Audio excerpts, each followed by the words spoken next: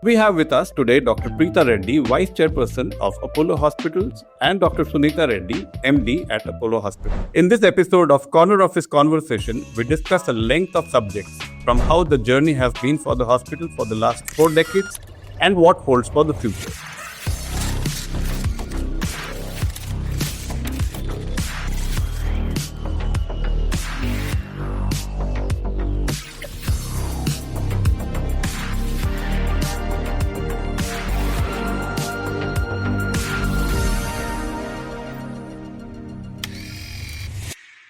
Welcome to Corner Office Conversation.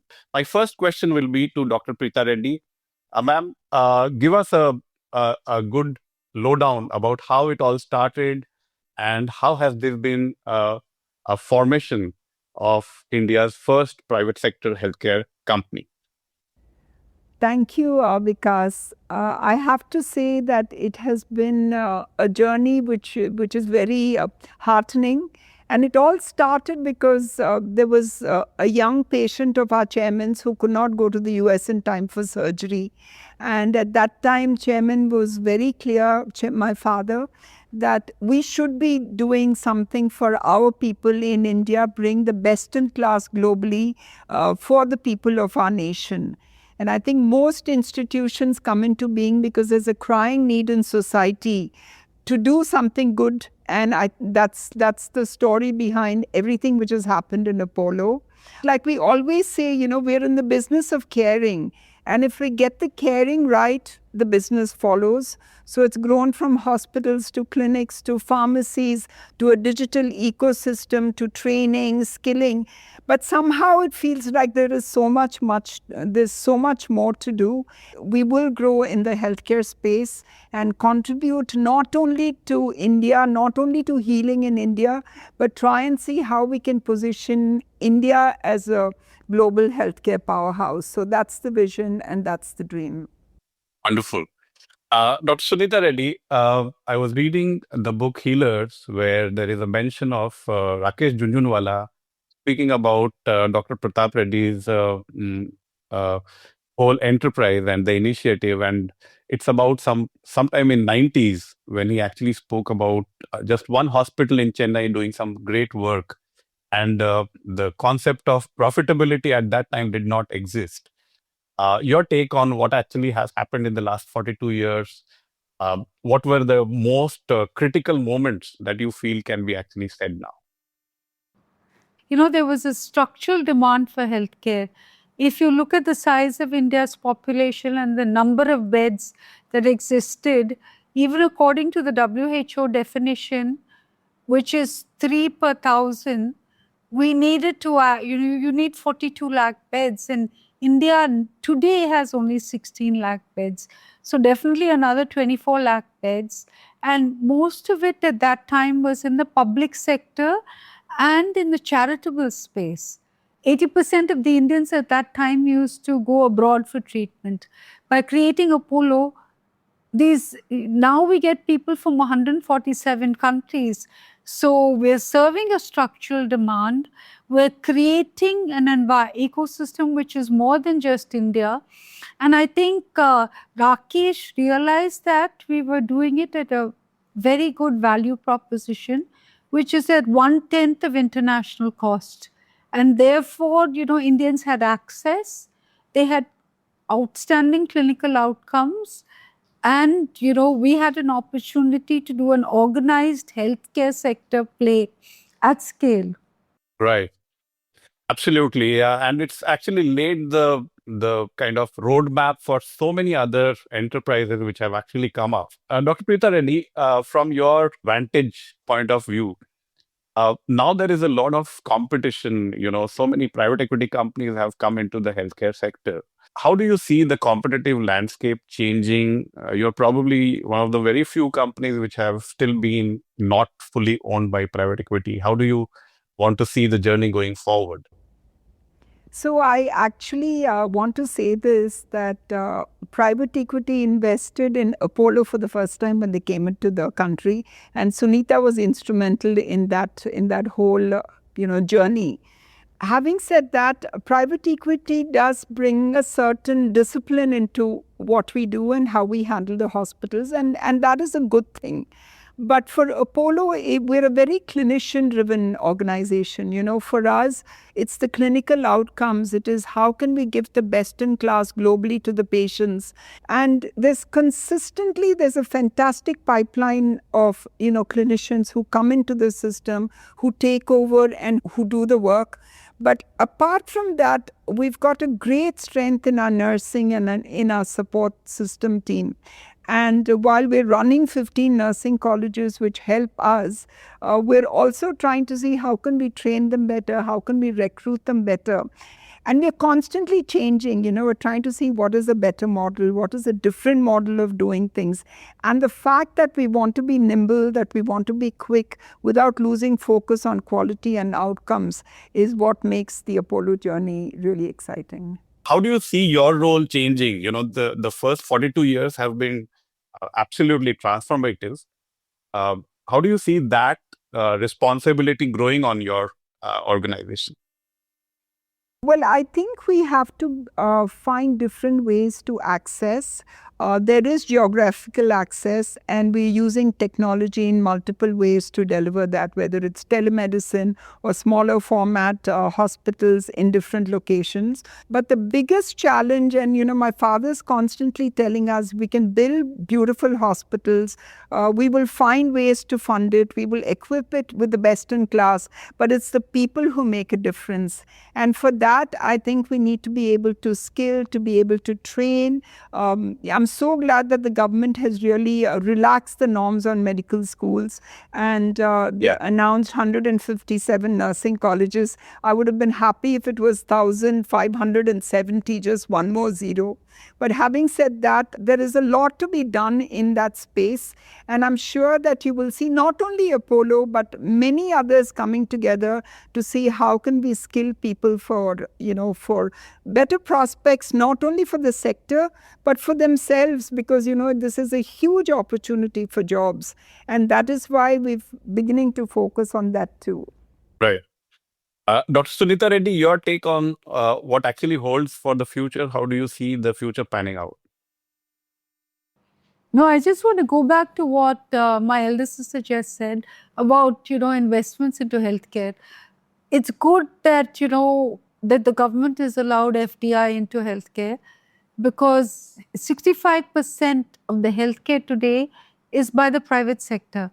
And unless the private sector continues to invest, whether it's to upgrade or to create more infrastructure or to invest into new technology, it will be very hard for Indians to isolate it from the rest of the world. And therefore, I think it brings value. Yeah, so, you know, more or less what we have seen in the last 5 or 10 years, the advent of NGS, use of robotics, the medical technology bringing in a revolution in itself, cancer detection, and Apollo has been at the front end of all of these. AI, of course, I mean, I can't be forgetting AI. You have actually employed it in a big way. Do you think this probably will change the shape of healthcare that we have seen in India? We still have a massive gap between care delivery and what we actually see. With you first, Dr. Suneeta Reddy. For me, it's you know, it's the ability to democratize healthcare. As you think about AI, it's really about how do we use AI to create the diagnosis, help in the differential diagnosis, and do it remotely. So we're able to multiply, you know, we're able to deal with large volumes because we built this clinical intelligence engine. And this clinical intelligence engine that Apollo has is based on the learning of 40 years of data, where, you know, a person can today call Ask Apollo and have, you know, get a diagnosis based on the symptoms that he presents. And then, you know, reach out to a doctor where he is able to do it very quickly to reach diagnosis, use a differential diagnosis, and come out with a solution. And with it, we have, of course, the personal health record where, you know, we're able to personalize healthcare. And that's what AI does. It's, you know, it's able to give you these solutions. And it's able to do so with speed, accuracy, and as I said, it's a force multiplier. Indeed, it is. Yeah, absolutely. In fact, if my memory goes back to some 20 years, I was at Madurai, a tribal district, I think somewhere in Theni, where Apollo actually did their first experiment with Philips and another patient group of reaching healthcare, and that was telemedicine. It was still very far from mass reality. And at that time, it appeared like, will it really happen? And now the adoption has been so phenomenal. So, on that, probably do you think the next 4 decades, 5 decades, we will see a very different healthcare structure? Dr. Preetha Reddy, you want to take that first? So that Teni experiment, thanks to referring for that, we were all there and very excited by what it does. And from then to now, it's like anywhere, anytime, doctor consult medicines, because that's what Apollo 24/7, which my sister Shobana started and runs, is doing. So technically, you can be anywhere and you can get access to high quality information. You can have a doctor consult and you can get your meds on time. And that has been a quantum leap. But what is going to happen in the future is, one, you will have literally your whole health horoscope available, because we are investing, we're working with genomics very seriously, very in depth, so that, and we're trying to democratize the cost, because right now it's expensive, but I know that the cost of genomic analysis, genomic studies is going to go down. And once you have this information, the way you deal with healthcare, the way you deal with disease, the way you prevent the onset of disease is going to change dramatically. People will not have to get to a situation where it's literally dire straits, because you will be able to predict, you'll be able to see the onset of disease. It will leapfrog in India, because there is a strong commitment both from the government and the private sector to be able to make this difference. So I think that is going to be phenomenal. People are not going to need to travel long distances to access healthcare, because it's going to be available to them. And a lot of it will literally be in their hands, because your smartphones are going to deliver so much more, whether it's diagnostics, whether it's information, all that will be there. And the power of AI, because we are still not able to get diagnostics, because we don't have enough people to make a accurate diagnosis. So you will be able to use AI, clinical information engines, for accurate diagnostics. But more than anything else, I constantly am saying this not only to our staff, but to whoever, that high tech can never replace high touch. So, while the clinician or the caregivers have so much of, information available, it will give them more time for the high touch. And I think that's what humans want. As a race, that's what we want. So my next question will be to Dr. Suneeta Reddy. The hospitals have been building up at a frantic pace, and we have seen massive build up in cities, and everyone is actually rushing to kind of invest many millions of dollars in big hospitals. Do you think that's probably the same model that will be followed probably in the next 5 decades? I mean, you've completed almost 42 years. How do you see that part getting bridged? Do you think that kind of a disparity will go? Definitely it'll go, but I think, when people talk about everyone expanding and so many beds being created, people keep asking me, how will you manage the competition? Which is why I just want to put this, like I think I've said this before, but this figure that, we need to create 20 lakh beds. But do you know, in the organized sector, there are only 1.5 lakh beds. And when you talk about corporate healthcare, there are only 48,000 beds.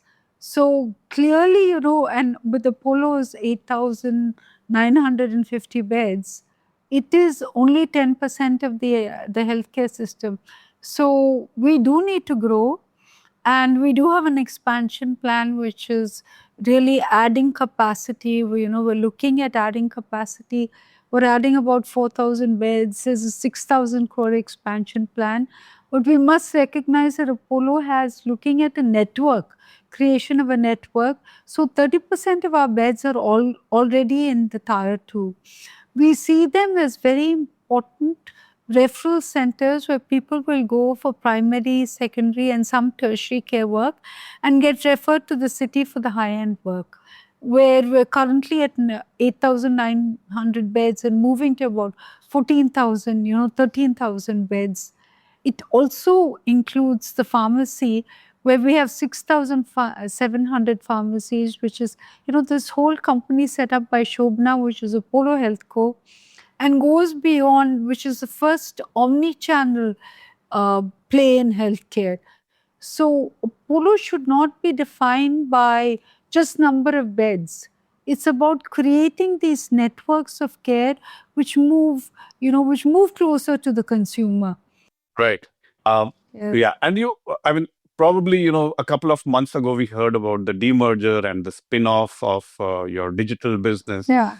And it's a very ambitious plan, FY27, I think 25,000 crore.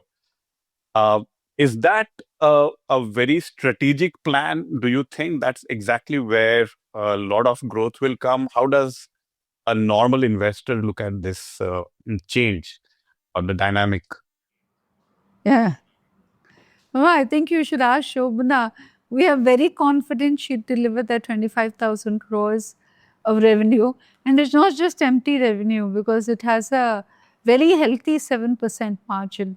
And it is possible, and I think Apollo is uniquely positioned to do so, because it's created the infrastructure in terms of physical. It's created the digital infrastructure that connects all parts of it. And with this structure, what happens is this new company, Apollo Health Technologies, will see the demerger of Apollo Health Co., which is the pharmacies and the digital. It'll see the merger of KeyMed, which is the supply chain. And it will eventually, in a period of time, the front end will also get merged into this. So it's really bringing together three entities. It's creating value for every shareholder.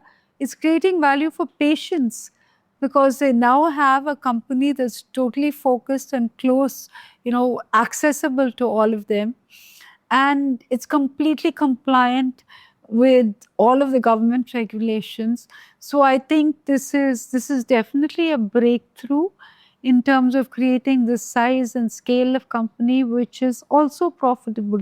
Preetha ma'am, talking about your father, what are the things that you actually imbibed from him? All of you four sisters are deeply embedded in the healthcare delivery. All of you have been doing so well. How do you actually see this whole, knowledge sharing and the inspiration that you draw from him? Moral of the story, if there were 4 more daughters, we still wouldn't be able to run at that speed or to measure up to everything which he does.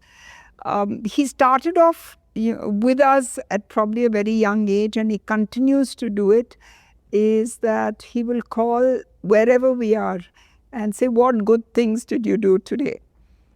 He is also deeply spiritual. So it is like many hours of meditation and puja, but absolutely no compromise about work. So I don't know, that sense of balance between spirituality and really giving your 100% to work, that sense of balance comes amazingly well from him. But I think what really keeps us together and what binds us together is that a lot of our talk or our decisions is more about what can we do for the business. I think Apollo is more than 4 children, is probably the first child. And any decision has to be that what is it the best for Apollo? Is it the best for business? So I think this is the culture which he has imbibed in us. And we interact like, I would always respect Suneeta's wisdom. And even just before this, we had another conversation about something else. And I said, I'm very happy to go with whatever she says. So many times this is what happens, that we draw from each other's strengths. that is a value system which I think my dad and my mom have inculcated in us, is that, talk to each other. You're all equals, and each one has a strength. Learn from it. I could go on forever, but I think these are like few things which we've learned. Then let me add to Suneeta, that. I was just going to say Suneeta will add to that. No, I'll just make it simple. It's just, Dad always had this concept of the Apollo family. It was never just four of us and him and mom. But, from the day we started, it was Apollo family. He used to tell us, get up in the morning and say, good morning, Apollo, because he believed in the Apollo family. I think the second thing is, trust. Trust in people, and I think that's worked well for four of us, that you respect each other. The third is, having the ability to let go. Chairman had so much trust in us and he let go and let us take it forward. So it is a very professional, focused organization that moves forward because we know that, that we're all in this together and that we're here to do the best. Oh, absolutely. Yeah. So, do you all still go to him, discuss issues, problems? Does he still find himself in the center of giving solutions? Suneeta, you. So dad comes to work. Dad comes to work every day. So while he has all the information. Do we discuss problems? Yes, we do. I think it's always at a level where four of us discuss it first.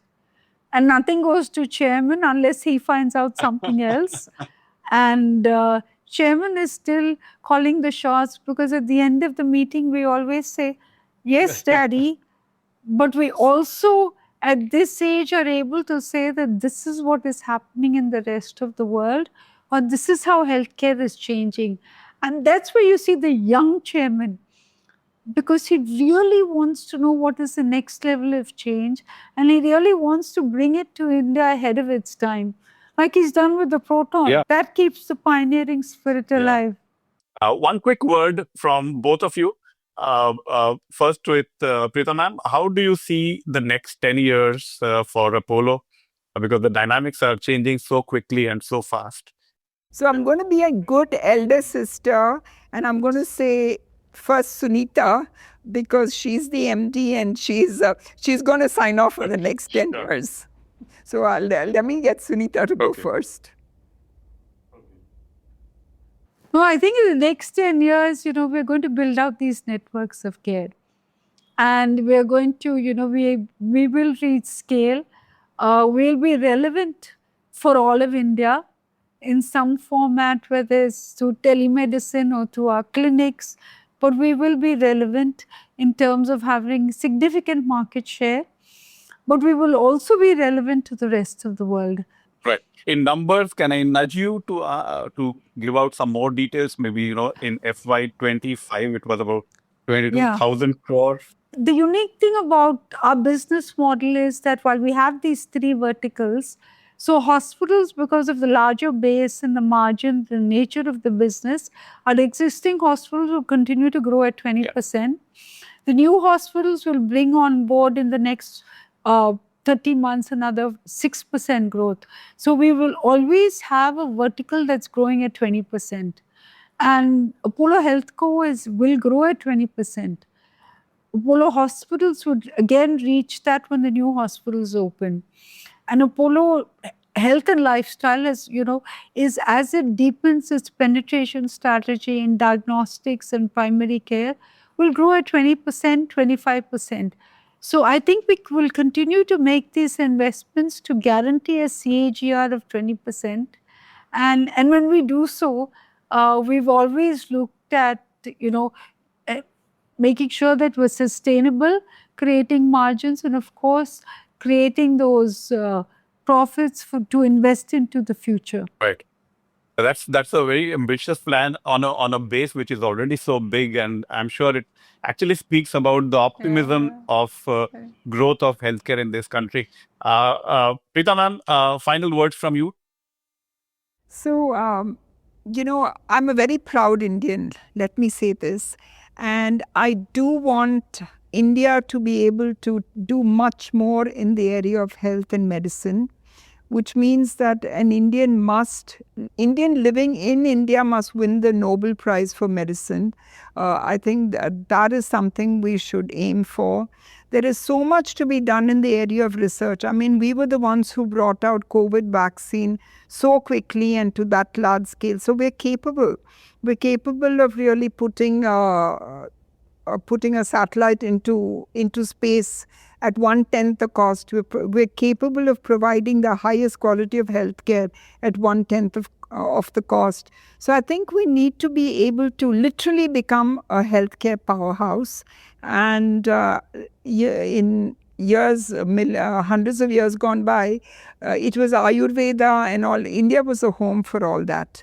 But India must now lead the way in being able to deliver the highest standards of allopathic medicine for our own people and definitely for the rest of the world to look up to us. So I know that there's a lot to be done in that space, but there's so many things which have been put in place that we can actually do it. And so the future is exciting. The next 10 years will see so many things happening in that place. We're very lucky to be here at this time to be able to contribute back. So let's get together, collaborate, and make the world a better place for the future generations. Right. Wonderful. I think we've covered quite a lot. In fact, from the changes that we will be seeing in the healthcare sector, the need of translational research, the huge population that we have, and of course, the ambition of being a global organization. So Apollo has actually covered it all. And all the best for your future journey, ma'am. And, we will be watching it all very closely. Thank you so much and all the very best again. Thank you and namaste. Thank you. That's it for today. You were listening to this conversation on Corner Office Conversation, where we talk to the most interesting business and thought leaders in India and the world. Every alternate Monday, wherever you get your podcasts. This episode was produced by Anirban Chaudhary and Rajas Naik, sound designed by Amrit Reji. This is your host Vikas Dandekar signing off. Stay tuned and keep listening.